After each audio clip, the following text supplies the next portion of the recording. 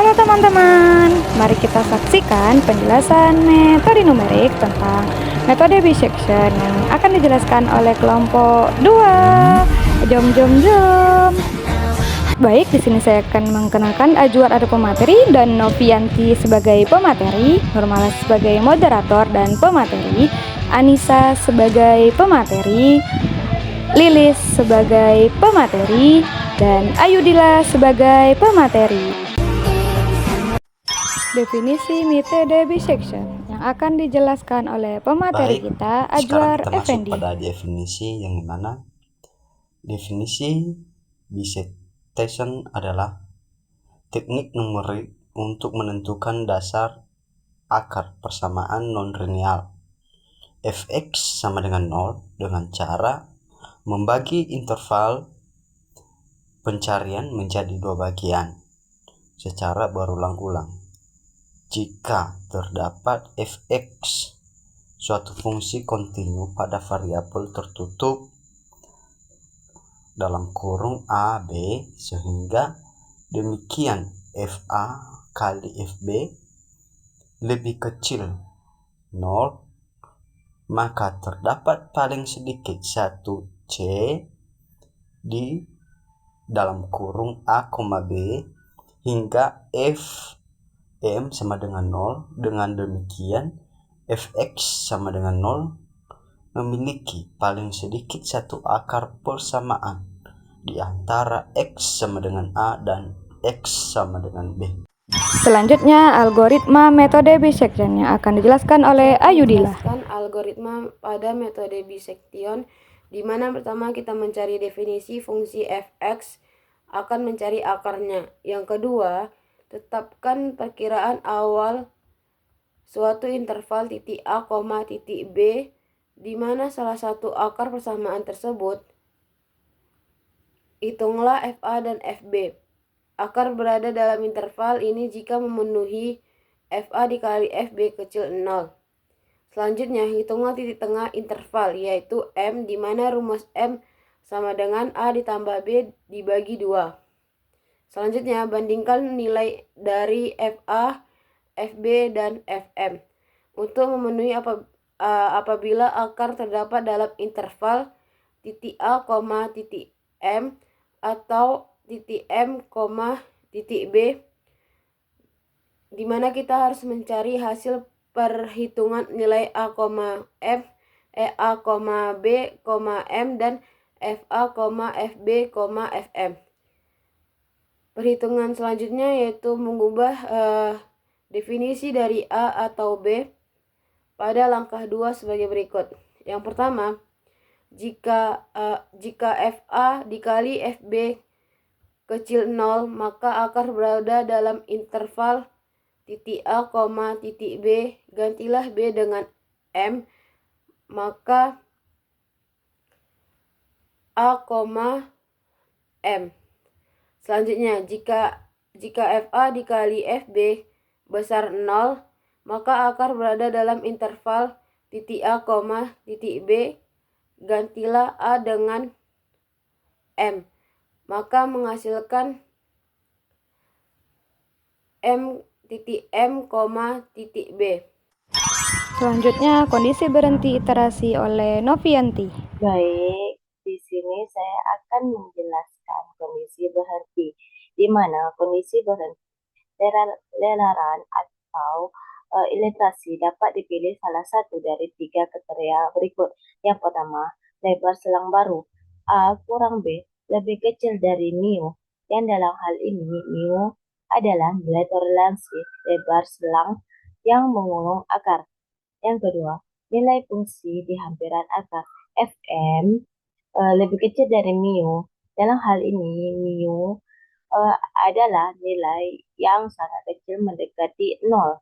Yang ketiga, galat relatif hampiran akar. M baru dikurang M lama M baru lebih kecil dari delta. Yang dalam hal ini delta adalah galat relatif hampiran yang diinginkan. Sekian penjelasan dari saya kembalikan kepada moderator.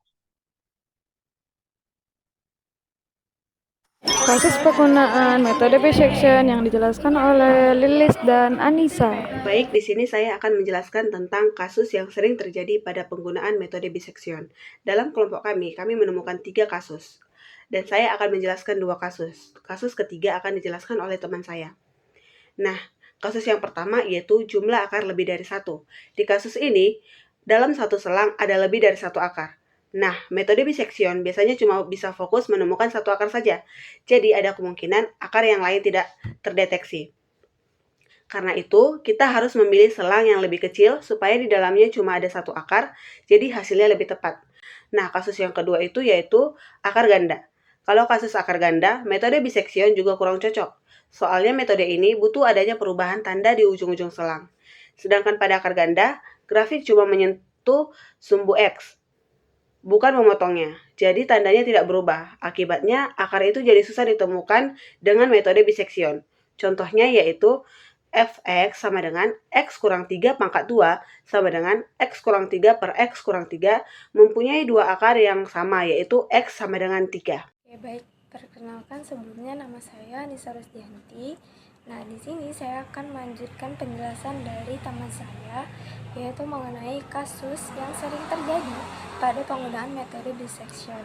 Nah, kasus yang sering terjadi yang terakhir yaitu ada singularitas. Pada titik singular, nilai fungsinya ini tidak terdefinisi. Bila selang A, B mengandung titik singular, maka lelaran atau iterasi metode bagi duanya ini tidak pernah berhenti.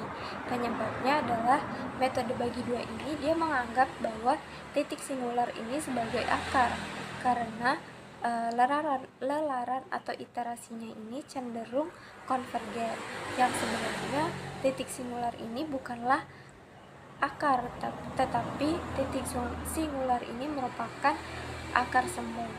Nah, bagaimana cara untuk mengatasinya? Nah, cara untuk mengatasinya itu bisa dilakukan dengan kita memeriksa nilai mutlak FB dikurang FA. Jika mutlak FB dikurang FA nilainya konvergen ke 0, maka akar yang dicari pasti akar sejati.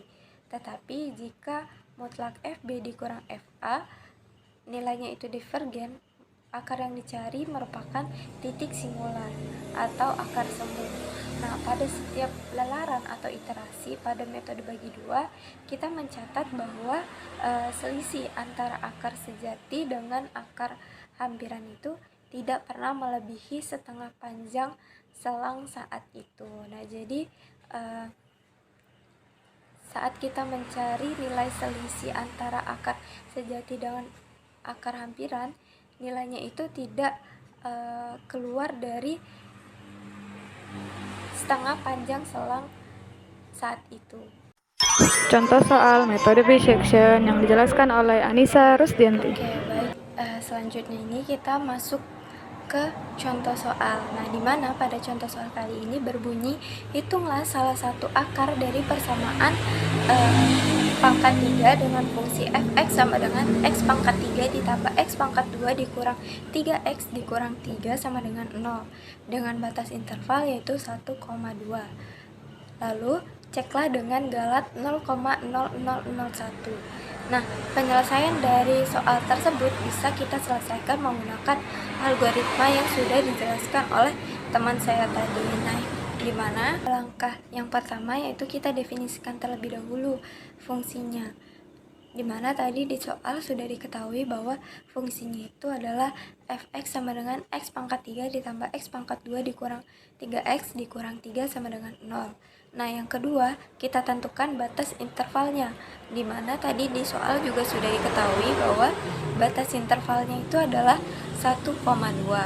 Nah, lalu kita mau menghitung nilai FA-nya, di mana FA ini kita masukkan batas intervalnya tadi, yang pertama yaitu 1, maka FA sama dengan F1.